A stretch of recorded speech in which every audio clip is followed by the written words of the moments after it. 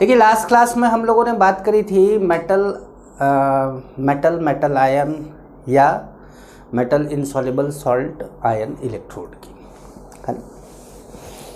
अब इसमें हमने ये भी बोला था कि दोनों इलेक्ट्रोड सेम हैं, आप दोनों में से किसी का भी यूज कर सकते हैं। लेकिन मान लीजिए कि कभी ऐसा हो जाए आपके साथ कि दोनों इलेक्ट्रोडों का यूज हो जाए,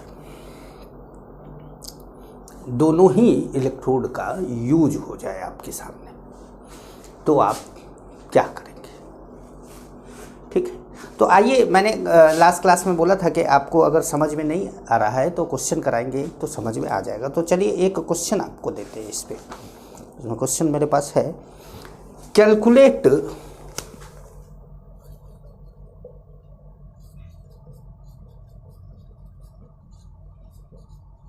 KSP of AGI, KSP of AGI with the help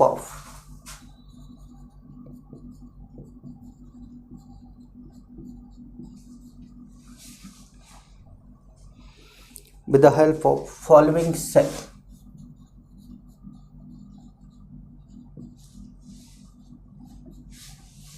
With the help of following cell. अब जैसे सेल जो दिया है वो AGI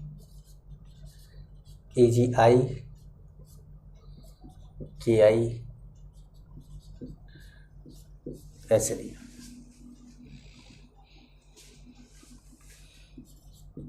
AgNO3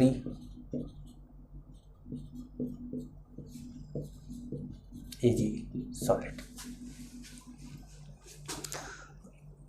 और इसका ई सेल दिया हुआ है 0.79 वोल्ट। ठीक है, ये क्वेश्चन है हमारा। ठीक है, तो अब ध्यान से देखिए इसको। तो यहाँ पर कौन इलेक्ट्रोड है? सिल्वर। और यहाँ पे कौन सा इलेक्ट्रोड है? सिल्वर। दोनों तरफ सिल्वर इलेक्ट्रोड है, तो इसका मतलब ये क्या है? कंसंट्रेशन सेल है। ये क्या है? एक कंसंट्रेशन सेल है। आपको क्या निकालना है? KSP निकालना। तो सबसे पहले इस क्वेश्चन मतलब इसके ई सेल आपको दिया हुआ है, कंसंट्रेशन सेल है। भाई देखिए, ये एनोड है आपका, ये क्या है? कैथोड है। ठीक है, सॉल्यूशन लिखते हैं इसका। तो यहाँ पर अगर ध्यान से देखें आप, तो कौन किस में चेंज हो रहा है? अच्छा, इसका कंसंट्रेशन दिया हुआ है पॉइंट, यहाँ पे दिया है 0.05 m, और इसका कितना दिया है? इसका भी 0.05 m ही दिया हुआ है, 0.05 m ही दिया हुआ है। ठीक है, देखिए आपको निकालना है KSP। ठीक है, तो इसको ध्यान से देखिए। अगर एनोड पे क्या लिखा हुआ है, तो एनोड पे लिखा है AGI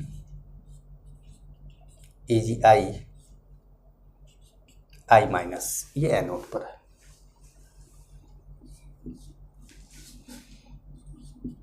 AG plus AG solid, ये कैथोड पर है। तो देखिए ये क्या है? Metal insoluble salt anion electrode, और ये क्या है? Metal ion metal electrode. दोनों इलेक्ट्रोड है और दोनों सिल्वर है, दोनों सिल्वर है। Both anode and cathode are silver electrode. So E0 cell is equal to 0। So E0 cell is equal to 0, क्योंकि ये क्या हो गया? एक कंसंट्रेशन सेल हो गया, ये एक कंसंट्रेशन सेल हो गया। ठीक है, अब देखिए एनोड की रिएक्शन को लिखा जाए, एनोड की रिएक्शन को लिखा जाए। एनोड पे क्या हो रहा है? AG आई माइनस AgI, यही बन रहा है। ध्यान से देखिए क्या हो रहा है, Ag यहाँ पर सॉलिड है, Ag ये 0 से किस में जा रहा है, +1 में। क्या हो रहा है, ऑक्सीडेशन। ये रिएक्शन कहाँ है, एनोड पर। ठीक है,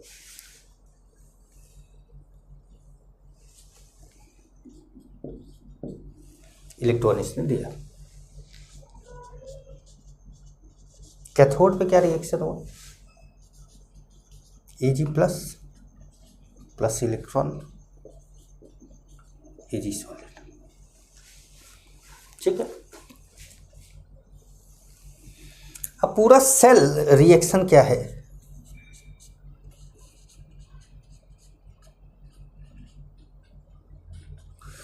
तो सेल रिएक्शन के लिए इलेक्ट्रॉन से इलेक्ट्रॉन क्या कर दिया आपने, कैंसिल कर दिया। यहां क्या आ गया, देखिए Ag प्लस, ये भी कैंसिल हो गया, प्लस I माइनस, ये ऐसे दिखा दीजिए इसको, इक्विलिब्रियम में दोनों को दिखा दीजिए।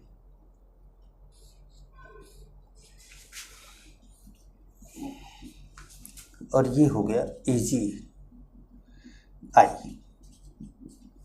सॉलिड। ठीक है,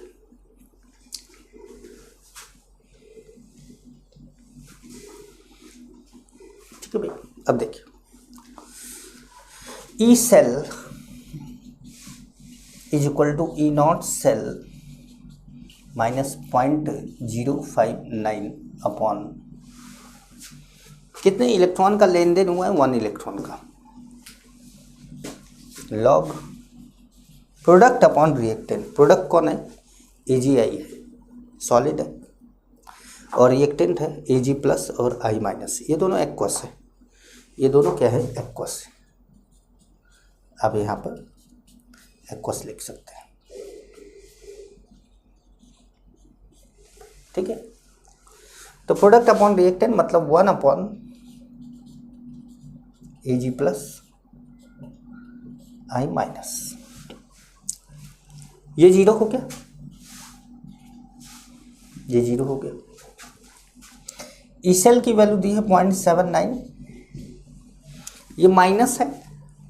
अगर मैं इसको पलट दूं तो ये प्लस हो जाएगा, तो हो जाएगा 0.059 log Ag plus I minus.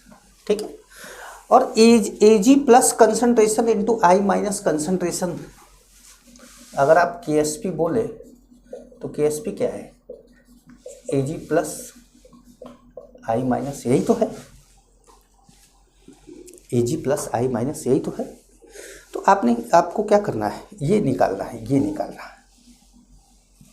ठीक है, तो आपने क्या करा, 0.79 divided by 0.059 is equal to log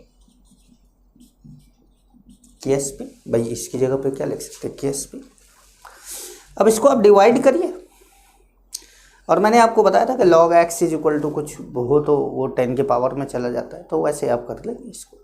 ठीक,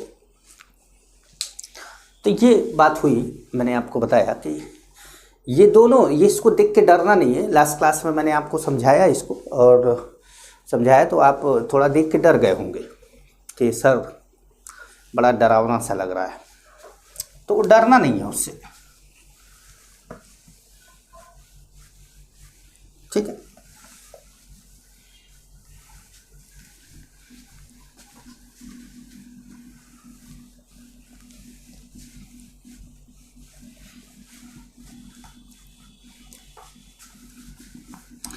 चलिए अब इलेक्ट्रोलिसिस की बात करते हैं कि किसी कंपाउंड की इलेक्ट्रोलिसिस कराई जाए तो एनोड पे क्या मिलेगा और कैथोड पे क्या मिलेगा।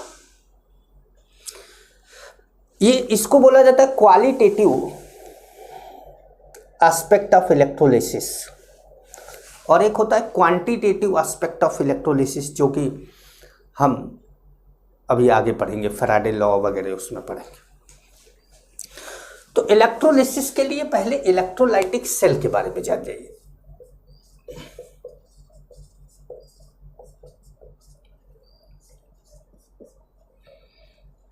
इलेक्ट्रोलाइटिक सेल क्या करता होगा? किसी भी कंपाउंड को आयंस में तोड़ता होगा। किसी भी कंपाउंड को क्या करता होगा? आयंस में तोड़ता होगा। ठीक है, तो इलेक्ट्रोलाइटिक सेल इसमें लिखेगा this type of cell, this kind of cell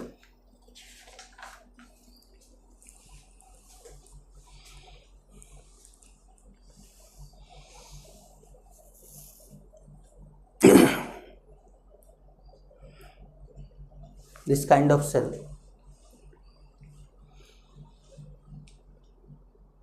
convert electrical energy into chemical energy, electrical energy into chemical energy। ठीक, next point, the process of electrolysis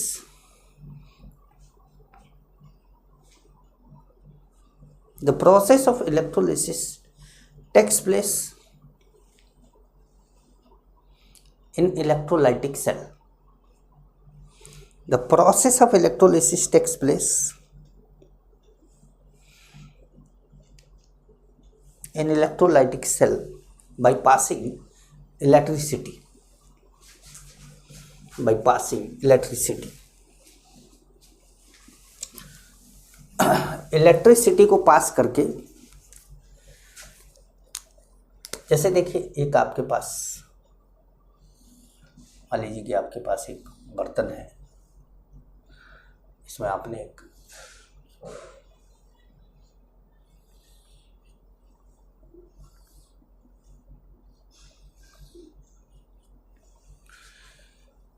एक एनोड ले लिया और एक कैथोड ले लिया।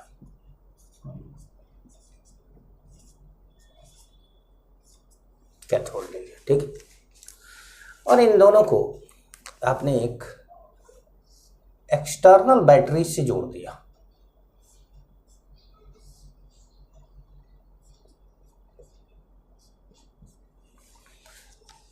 इन दोनों को एक एक्सटर्नल बैटरी से जोड़ दिया। ये क्या है?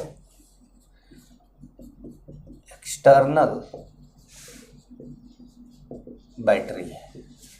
ये क्या है? सोर्स ऑफ करंट है।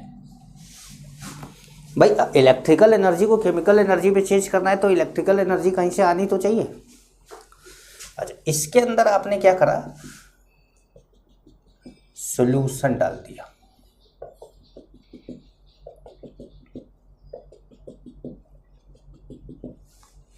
इसके अंदर आपने क्या करा? सॉल्यूशन डाल दिया।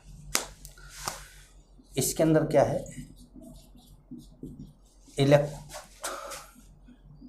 इलेक्ट्रोलाइट है। इलेक्ट्रोलाइट है, इलेक्ट्रोलाइट सॉल्यूशन है। ठीक है,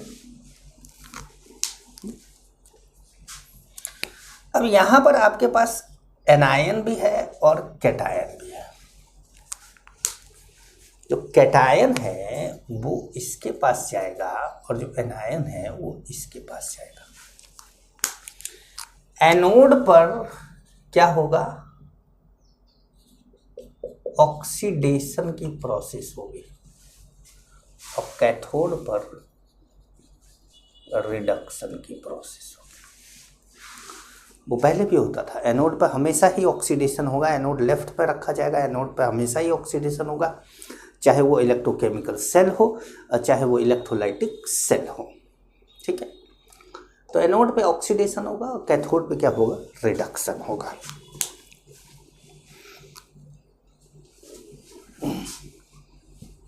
ठीक है भाई, ऑक्सीडेशन का मतलब लॉस ऑफ इलेक्ट्रॉन और रिडक्शन का मतलब गेन ऑफ इलेक्ट्रॉन। अब हम बात करेंगे qualitative aspect of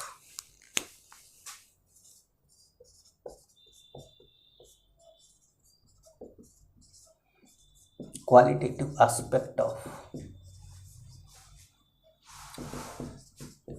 electrolysis.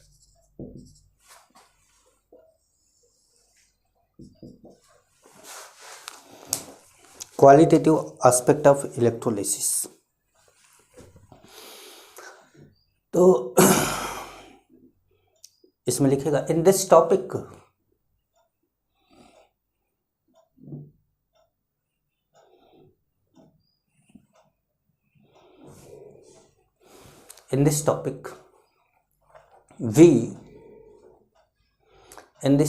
we determine the substance which release at cathode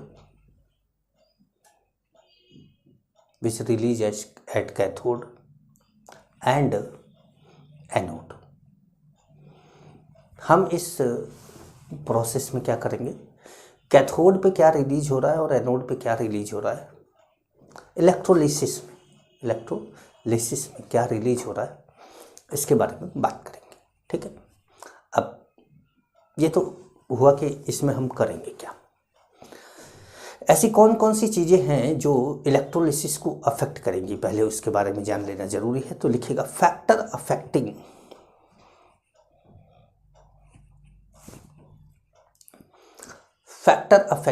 cell reaction of electrode. Factor affecting cell reaction of electrode. तो पहला फैक्टर है nature of electrolyte. First factor होगा आपका nature of electrolyte. जैसे कि AgCl तो नहीं होता है, AgNO3, NaCl, ZnSO4, CuSO4, मतलब कौन सा इलेक्ट्रोलाइट आपने लिया है इस बात पे डिपेंड करता है। ठीक है, सेकंड है medium of electrolyte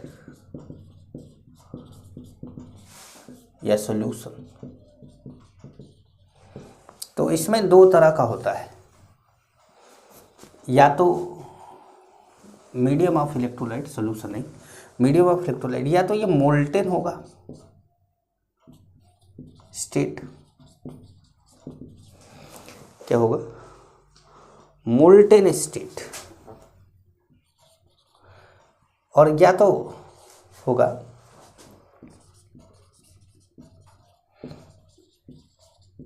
aqueous medium. जैसे एग्जांपल लिया जाए मोल्टेन NaCl, तो मोल्टेन NaCl में क्या है, Na प्लस है, Cl माइनस है, कैटायन एनायन क्या है, Na प्लस से Cl माइनस है। जैसे एक्वस NaCl लिया जाए तो इसमें क्या है, Na प्लस है, Cl माइनस है, H प्लस है, OH माइनस है, H2O है, कई चीज़ें हैं। मतलब इलेक्ट्रोलाइट बदल रहा है ना भाई। जैसे मोल्टेन NaCl लिया तो आपको केवल Na प्लस Cl माइनस मिला, लेकिन एक्वस में और भी दूसरे तरह के इलेक्ट्रोलाइट मिलना चालू हो गए।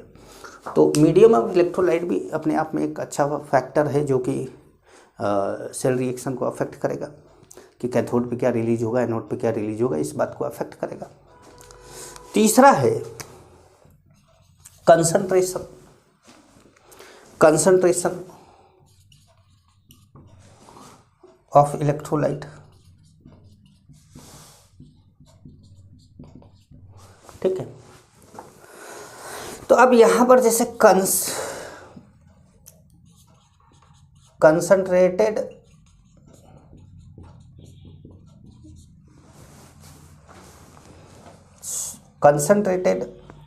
और दूसरा होता है क्या, dilute.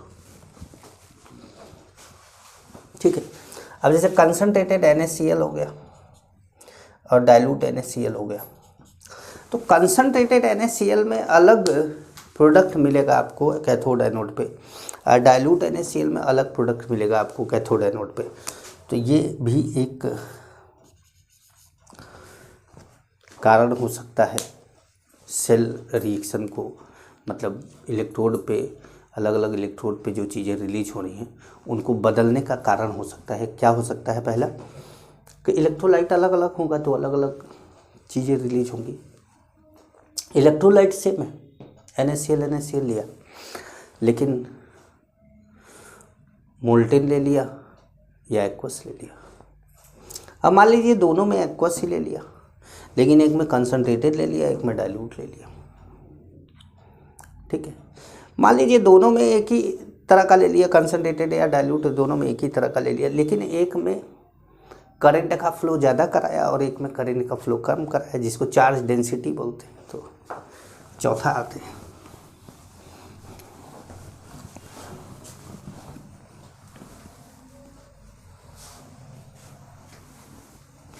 Fourth,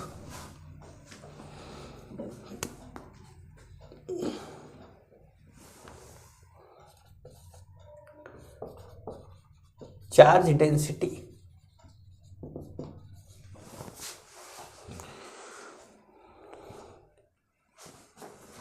charge density phloem during electrolysis.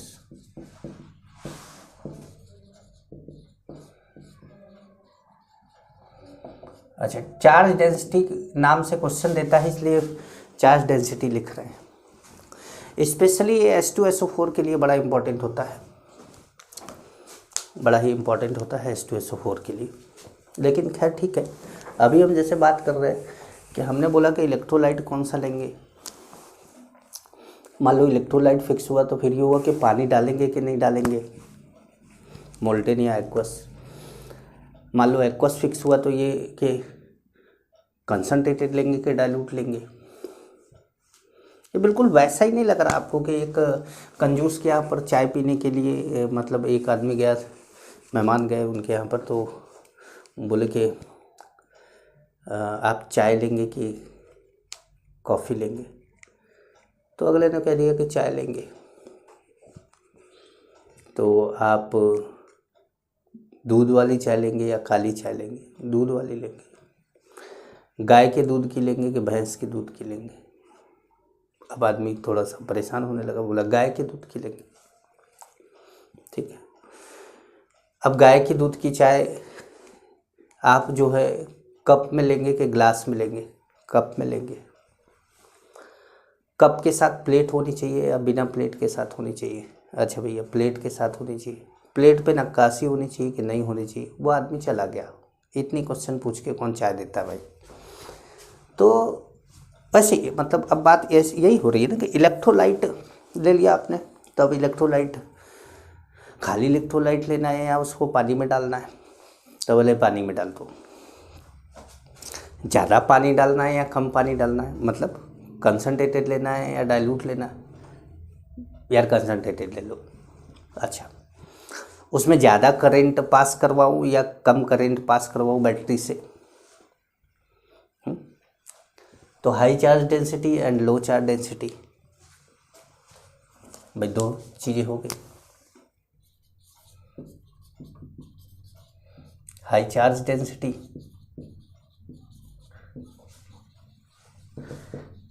लो चार्ज डेंसिटी।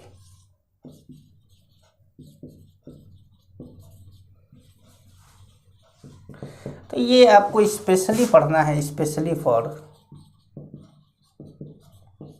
H2SO4, ये थोड़ा ध्यान रखिएगा। ठीक है, क्या हाई चार्ज डेंसिटी लेंगे कि लो चार्ज डेंसिटी ले? चलिए अब सब पता चल गया कि चल तेरी जो मन करता वो ले ले। कहे कि ऐसा कर NaCl ले ले। अच्छा सर, खाली NaCl लूँ या पानी में डालूँ? पानी में डाल दे चल, ठीक है सर। कंसनट्रेटेड लूँ या डाइल्यूट लूँ? तो यार कंसनट्रेटेड ले ले, ठीक है सर। सर कंसनट्रेटेड लूँ तो करंट जो है वो बैटरी से, जो एक्सटर्नल बैटरी लग रही है उससे ज़्यादा बैटरी, ज़्यादा करंट दूँ या कम करंट दूँ? तो ज़्यादा दे दे यार चल, ठीक है सर, ठीक है याद। और कोई दिक्कत? हाँ सर एक दिक्कत और है कि क्या सर, जो जिस इलेक्ट्रोलाइटिक सेल में हम लोग ये सारा NaCl का एक्वस सॉल्यूशन डालेंगे उसमें 2 इलेक्ट्रोड है क्या? हाँ है। तो सर वो इलेक्ट्रोड किस चीज़ का बना होना चाहिए ये भी बता दीजिए, तो फिर फाइनल बात हो जाए। मतलब उस बैटरी का इलेक्ट्रोड अलग अलग हुआ, बैटरी का इलेक्ट्रोड भी अलग अलग, बैटरी में अलग अलग तरह का इलेक्ट्रोड हुआ तो भी कैथोड एनोड पे प्रोडक्ट बदल जाएगा। तो 5वां क्या है? Nature of electrode.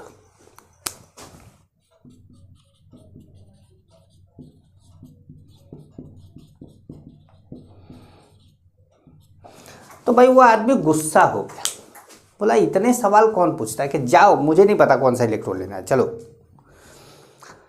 तो जब नहीं पता है कि कोई इलेक्ट्रोड आपको नहीं पता है तो आपको लेना है प्लैटिनम इलेक्ट्रोड। जब आपको पता ही नहीं है कि कौन सा इलेक्ट्रोड लेना है तो आपको लेना है प्लैटिनम इलेक्ट्रोड। जब आपको क्वेश्चन में इलेक्ट्रोड नहीं दिया है तो इसका मतलब है प्लैटिनम इलेक्ट्रोड है, अदरवाइज क्वेश्चन में मेंशन करेगा, ठीक है।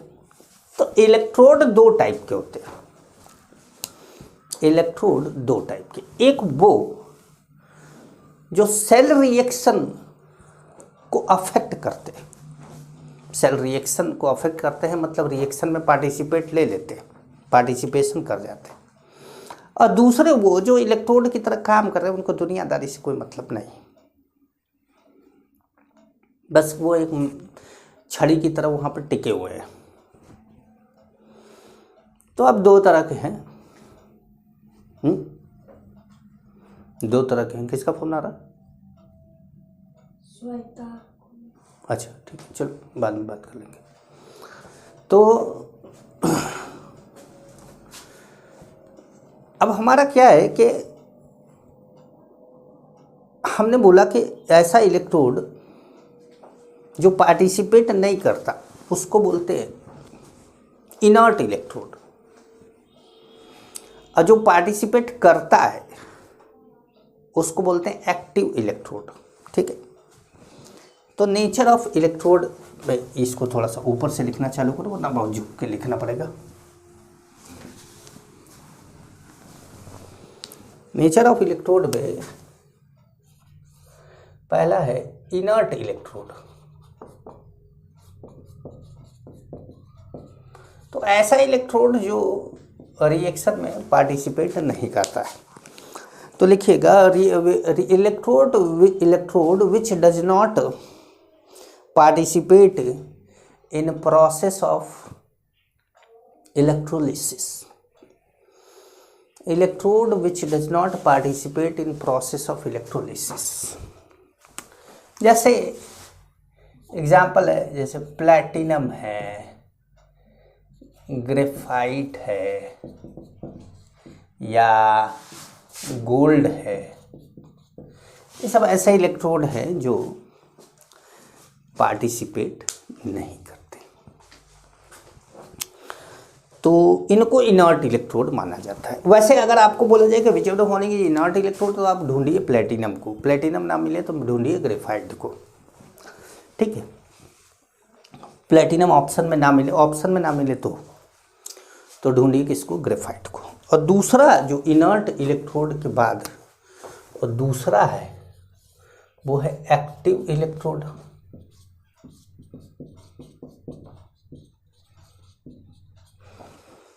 तो इसमें लिखिएगा एक्टिव इलेक्ट्रोड क्या होगा, लिखिएगा electrode which participate in the process of electrolysis. Electrode which participate in the process of electrolysis. Participate in the process of electrolysis. ऐसा इलेक्ट्रोड जो पार्टिसिपेट कर जाए उसको बोला जाएगा एक्टिव इलेक्ट्रोड। तो जैसे कि एग्जाम्पल जैसे जिंक है, जैसे आयरन है, जैसे सिल्वर है, ये सब क्या है?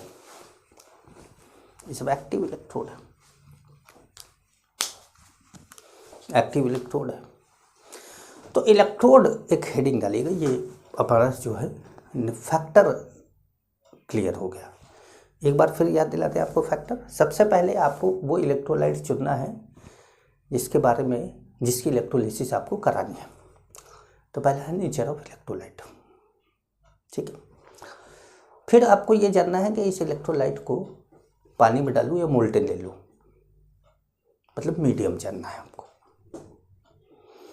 मान लीजिए पानी में डाल दीजिए, क्योंकि मोल्टेन डाल देंगे तो आगे का फैक्टर तो कोई मतलब है नहीं, तो पानी में डाल दीजिए। अब आपको ये जानना है कि पानी ज़्यादा डालूं या कम डालूं, कंसनट्रेटेड या डाइल्यूटेड। तो मान लीजिए आपने कंसनट्रेटेड ले लिया, ठीक है। तब आगे बढ़े। अब आपको पता चल गया एक्सटर्नल बैटरी से चार्ज, एक्सटर्नल बैटरी से चार्ज डेंसिटी का फ्लो ज़्यादा होगा या कम। चलिए मान लीजिए आपको ये भी पता चल गया कि ज़्यादा होगा, चलो ठीक है। कहे सर एक फाइनल जवाब और दे दीजिए कि बैटरी में जो इलेक्ट्रोड है वो किस चीज़ का होगा। हो सकता है एक तरफ प्लेटिनम इलेक्ट्रोड हो, एक तरफ जिंक हो, दोनों तरफ प्लेटिनम हो, दोनों तरफ जिंक हो, दोनों तरफ, एक तरफ आयरन हो, एक तरफ कॉपर हो, कुछ भी हो सकता है भाई।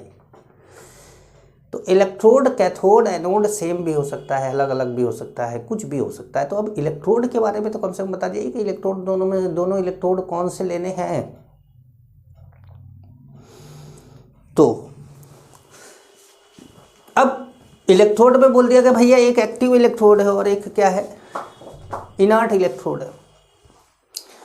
तो अब एक्टिव और इनर्ट इलेक्ट्रोड तो पता चल गया, लेकिन ऐसा कोई रूल है क्या कि इलेक्ट्रोड क्या चूज करना है, कैसे चूज करना है, इसका आइडिया लग जाए। तो है, हेडिंग डालिए, rule for choosing electrode, rule for choosing electrode.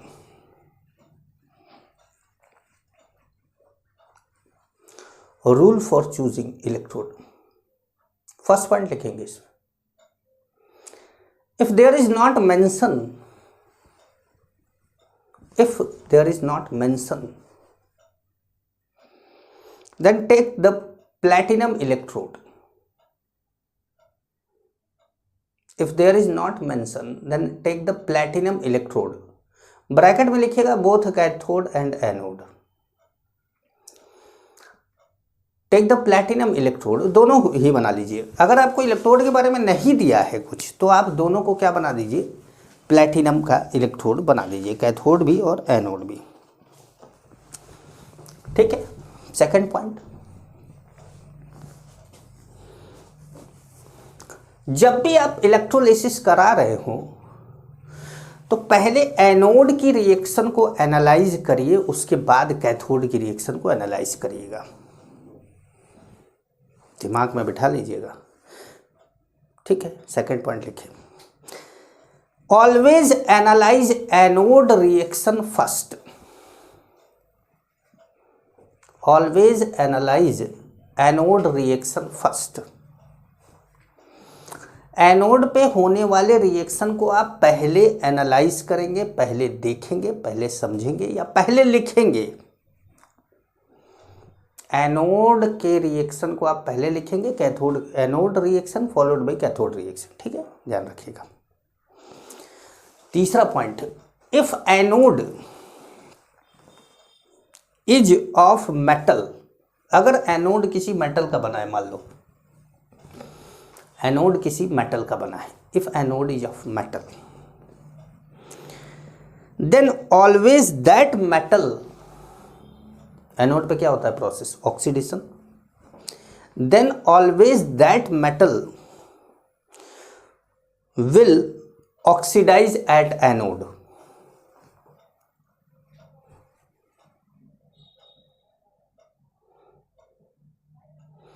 मतलब ये है कि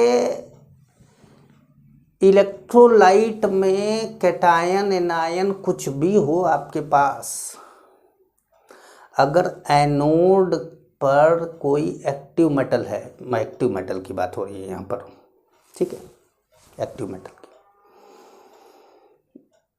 तो अगर आपको ना समझ में आए तो ये लिख लीजिएगा कि if anode is of active metal, ठीक है, then always that metal will oxidise at anode irrespective of the presence of any ion, irrespective of the presence of any ion, कोई भी आयन हो, आपको केवल और केवल ये ध्यान रखना है कि अगर ये मेटल का है, किसी एक्टिव मेटल का है, तो ऑक्सीडेशन की प्रोसेस में ये मेटल पार्टिसिपेट करेगा, ना कि कोई और चीज़, ना कि कोई और चीज़।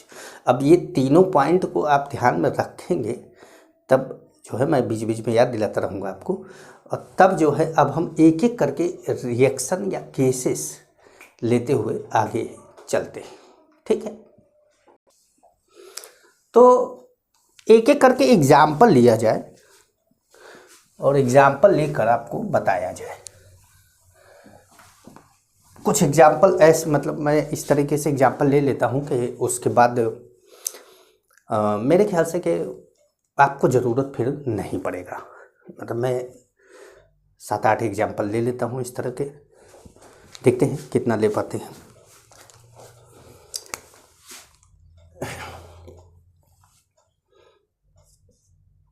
एग्जाम्पल्स, पहला, इलेक्ट्रोलिसिस ऑफ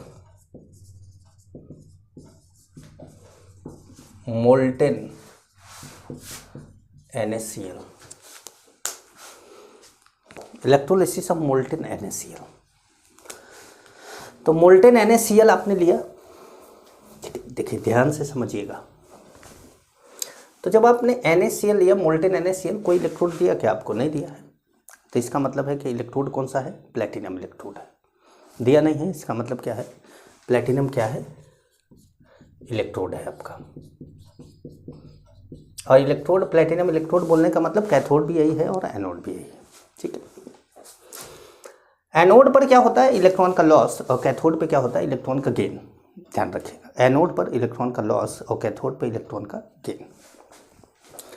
हमारे पास आयंस कौन से हैं? हमारे पास है Na+Cl-, दो चीजें। एनोड पर क्या होगा? एनोड पर क्या होगा? ऑक्सीडेशन। एनोड पर क्या होता है? Loss of electron.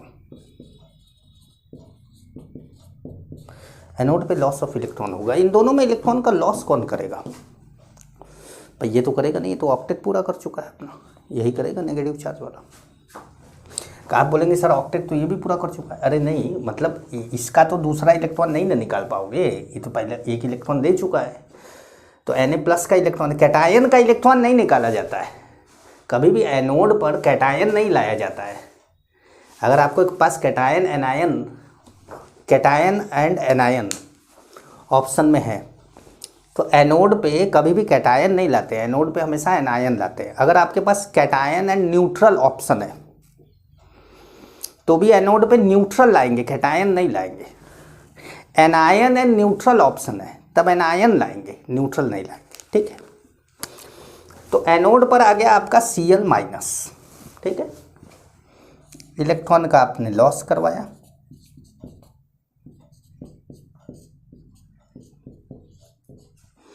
और कैथोड पर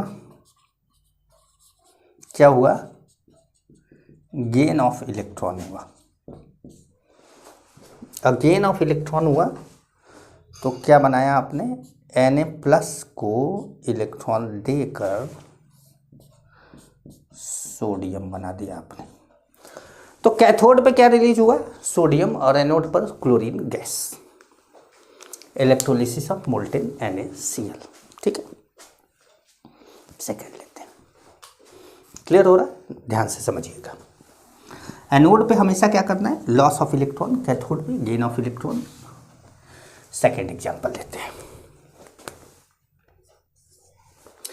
electrolysis of aqueous NaCl।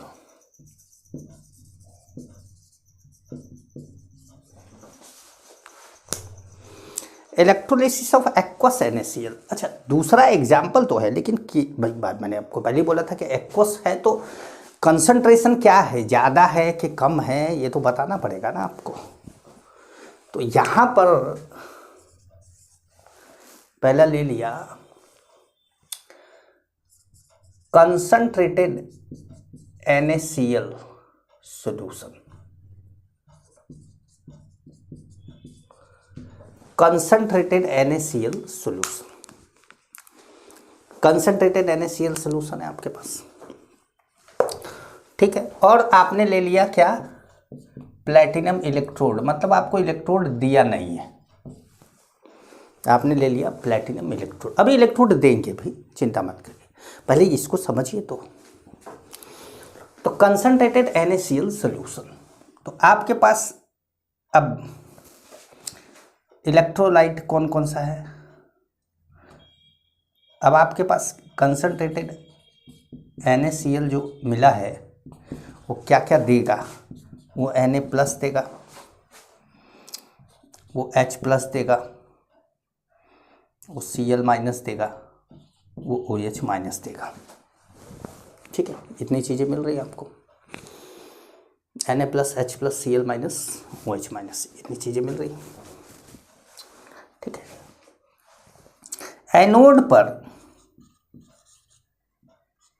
Anode पर मैंने आपको अभी थोड़ी देर पहले दिखाया था, इसे ऐसे बनाया था ना, ऐसे इधर लिखा था एनोड,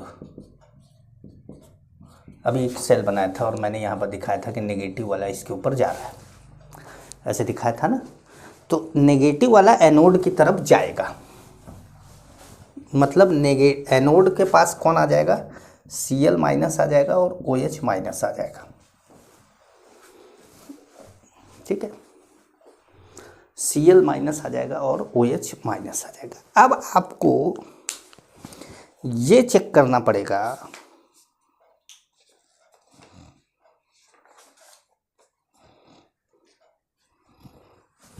अब आपको ये चेक करना पड़ेगा, ध्यान से समझ लीजिएगा, यहाँ पे मैं रफ में बता देता हूँ कि इलेक्ट्रोकेमिकल सीरीज में कौन ऊपर है कौन नीचे,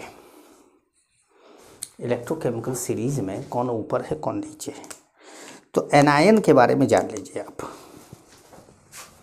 जैसे आप लिथियम से चले, लिथियम हाइड्रोजन तक आए, Cl-,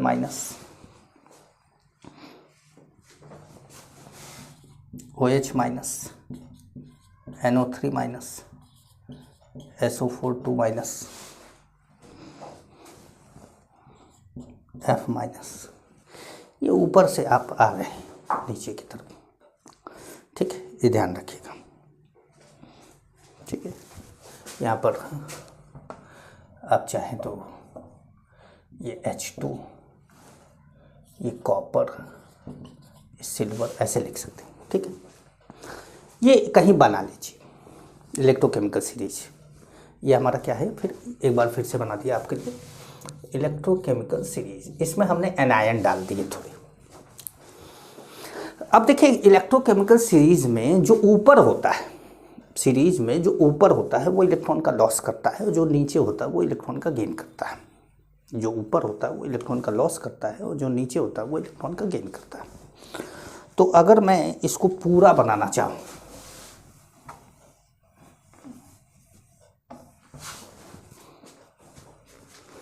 पूरा बनाना चाहूँ,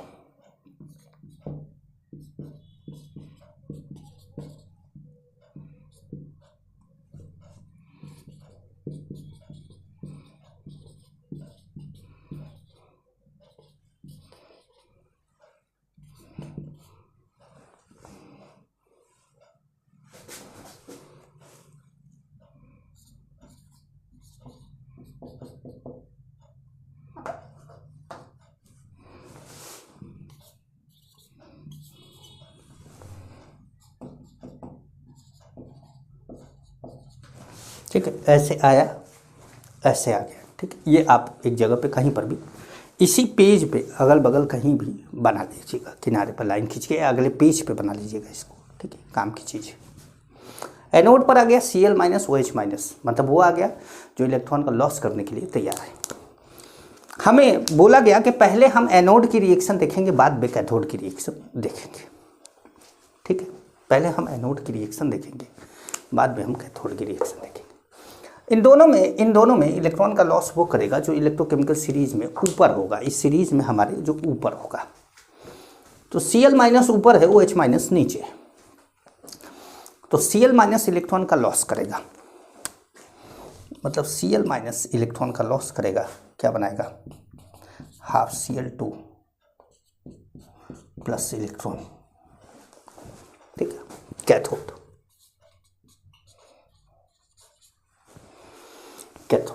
अब यहां पर कौन है, Na plus H plus. Cathode पे क्या होगा, इलेक्ट्रॉन का गेन होगा। इलेक्ट्रॉन का गेन वो करता है जो इलेक्ट्रोकेमिकल सीरीज में नीचे होता है, और लॉस वो करता है जो ऊपर होता है। तो अब देखिए नीचे कौन है भाई, देखिए यहाँ अगर ऐसे जा रहे हैं नीचे, तो नीचे कौन है, हाइड्रोजन है, और ऊपर कौन है, सोडियम है।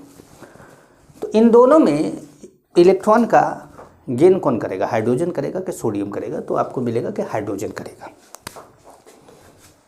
तो आप करेंगे क्या, H प्लस प्लस इलेक्ट्रॉन क्या बनाएगा, H2 गैस। ठीक,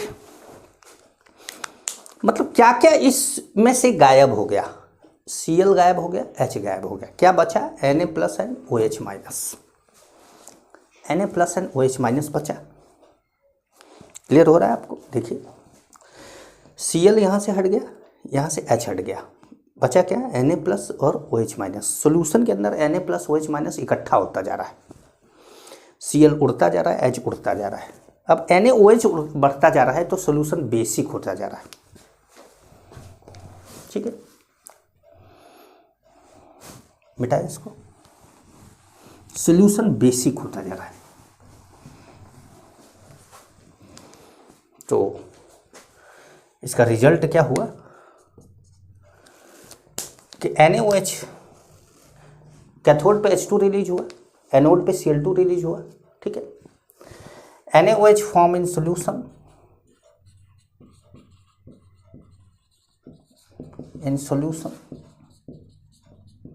so pH of solution increases, pH of solution increases। ठीक है, सॉल्यूशन का pH क्या होगा, बढ़ता जाएगा, बढ़ता जाएगा। समझ पा रहे हैं, आइए अब लेते हैं कंसंट्रेटेड NaCl सॉल्यूशन, अब ले लेते हैं dilute NaCl solution.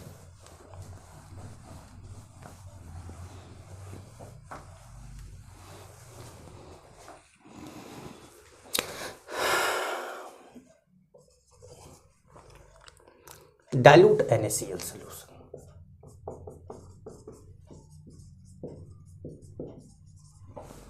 Dilute NaCl solution में क्या होगा कि यह है simply, it is simply electrolysis of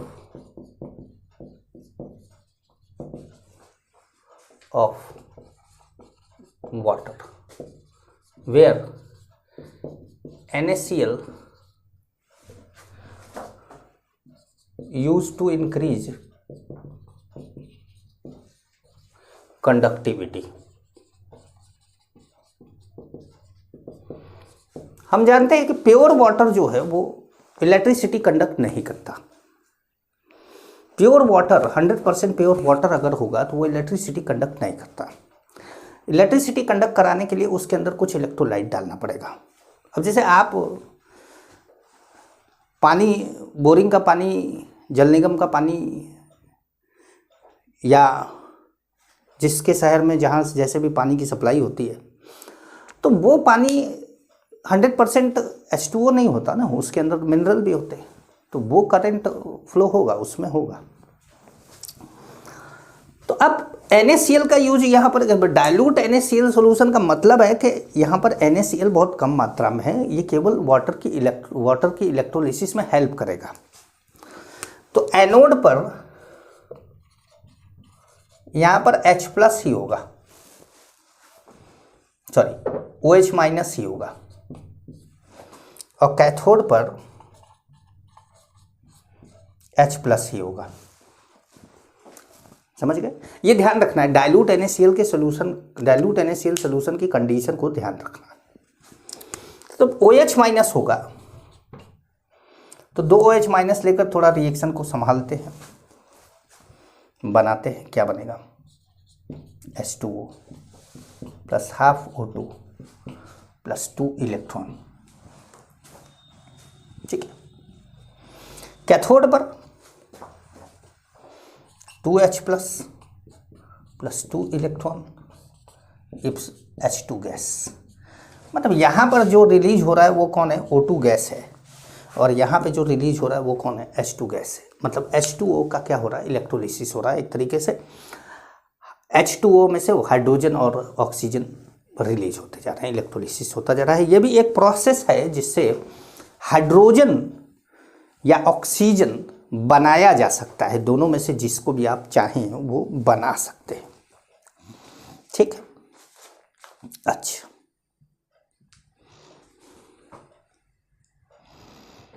ठीक है। अब यहां क्या हुआ, यहां क्या हो रहा है, वाटर उड़ता जा रहा है। क्या पीएच में कोई चेंज आ रहा है, क्या नहीं, पीएच में कोई चेंज नहीं आ रहा, पीएच में कोई चेंज आ रहा है नहीं। तो कुछ पॉइंट नीचे लिखेंगे आप, लिखिएगा, there is no change in pH.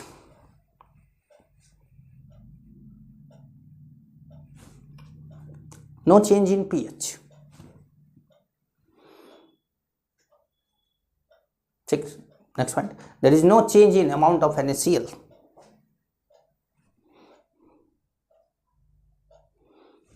ठीक है, next point, it is simply electrolysis of water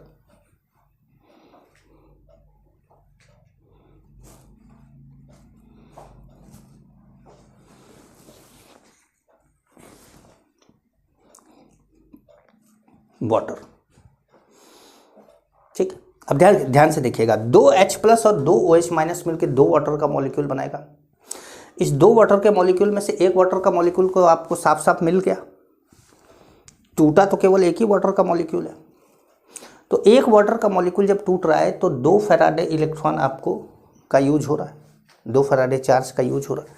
तो आप ये पॉइंट लिख लीजिएगा कि 2 Faraday charge is required, 2 Faraday charge is required to electrolyze 1 mole water.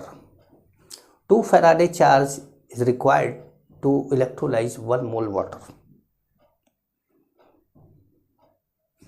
ठीक है, next point, in this electrolysis H2 is obtained at cathode and O2 is obtained at anode.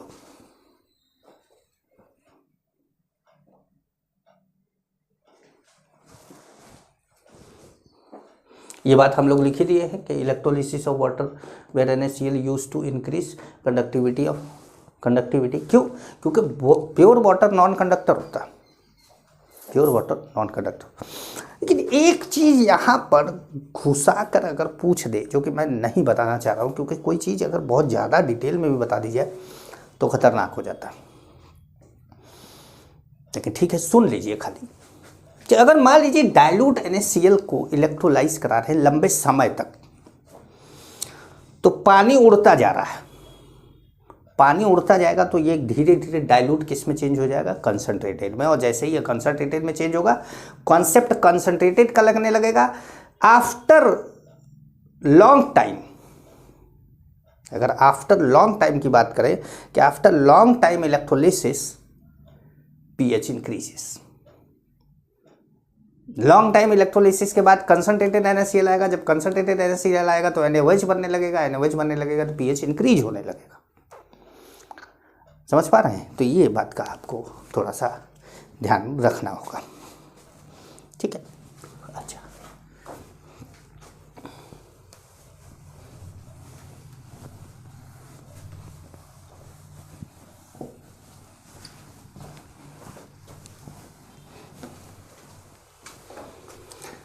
देखो भाई, भावनाओं में बह के इसको मिटा दिए, गलती की, गलती तो की।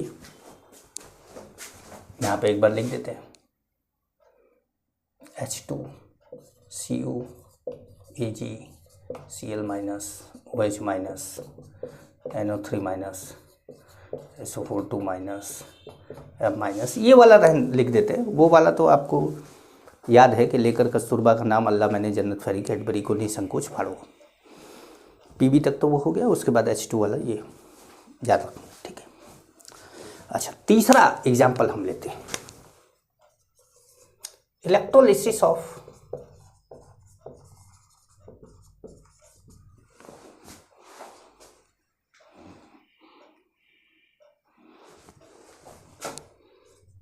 aqueous NaCl using mercury electrode. Mercury electrode है। अब मरकरी इलेक्ट्रोड आपने ले लिया, मरकरी इलेक्ट्रोड आपने ले लिया, तो मरकरी इलेक्ट्रोड लेने पर देखिए ध्यान से समझिएगा, aqueous NaCl आपको क्या मिला? आपको मिला Na plus Cl minus H plus OH minus, इतने आयन आपको मिल गए, ठीक है। एनोड पर क्या आ गया? एनोड पर आ गया Cl minus OH minus. Electron का लॉस कौन करेगा? जो इलेक्ट्रोकेमिकल सीरीज में ऊपर होगा, कौन है? Cl minus. Cl माइनस ने इलेक्ट्रॉन का लॉस कर दिया। कैथोड, इलेक्ट्रॉन का गेन कराना है, Na plus H plus. Electron का गेन कौन करेगा? जो इलेक्ट्रोकेमिकल सीरीज में नीचे होगा, मतलब H प्लस को कराना चाहिए। लेकिन ये क्या है? ये वेरी इंपॉर्टेंट बात यहाँ पर, कराना चाहिए। लेकिन क्या है कि मरकरी के इलेक्ट्रोड होने के कारण सोडियम मरकरी में डिजॉल्व होकर, अगर सोडियम इलेक्ट्रॉन का गेन करता है तो सोडियम मेटल बनाएगा। सोडियम मेटल बनाएगा तो सोडियम मेटल जो है वो मरकरी में डिजॉल्व होकर सोडियम अमलगम बना लेगा। सोडियम अमलगम बनने के बाद उसकी स्टेबिलिटी और बढ़ जाएगी। तो ये कारण से यहाँ पे नियम के विरुद्ध H प्लस इलेक्ट्रॉन न गेन करके Na प्लस इलेक्ट्रॉन गेन करता है। कब? जब मरकरी इलेक्ट्रोड होगा, ठीक है। तो Na plus electron, Na solid और Na सॉलिड प्लस Hg, ये बनाता है NaHg, सोडियम अमलगम बनाता है। तो ये पॉइंट आप यहां पर लिखेंगे, लिखिएगा। Due to high solubility of Na, due to high solubility of Na in Hg, high solubility of Na in Hg, high solubility of Na in Hg,